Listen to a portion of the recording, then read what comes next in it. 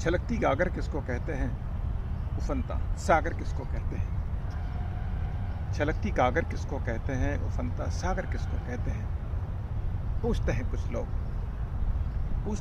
लोग कि मचलता शायर किसको कहते हैं? इतराता आकर किसको कहते हैं? शब्दों का सौदागर किसको कहते हैं? पूछते हैं कुछ लोग कि पनपता शायर किसको कहते हैं? लफ्ज़ों की महावर किसको कहते हैं? एहसासों की निछावर किसको कहते हैं? लफ्ज़ों की महावर किसको कहते हैं? एहसासों की निछावर किसको कहते हैं? पूछते हैं कुछ लोग कि निखरता शायर किसको कहते हैं? Good morning.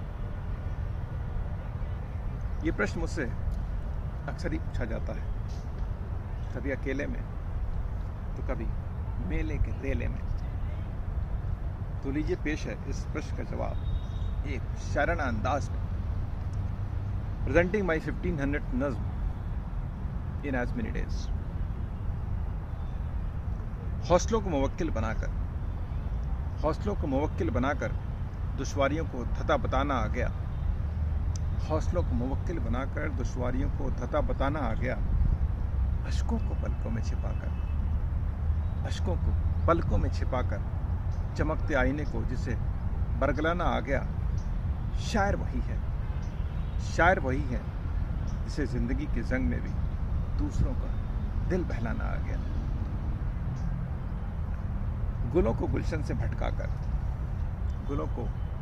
से भटकाकर गुंजत बागों को फुसलाना आ गया। बहारों को सफर से बहकाकर घटाओं को जिसे जाल में फंसाना आ गया। शायर वही है अल्फाजों की कमान से जिसे जज्बाती तीर चलाना आ गया। एहसासों को लफ्ज़ों में पिरोकर रोज दहकती नज़म बनाना आ गया। एहसासों को लफ्ज़ों में पिरोकर रोज दहकती नज़म बनाना आ गया। कलामों से अंतर मन को महकाकर रोज दबे एहसास छलकाना आ गया। शायर वही है जिसे अजनबियों को भी अपना बनाना आ गया।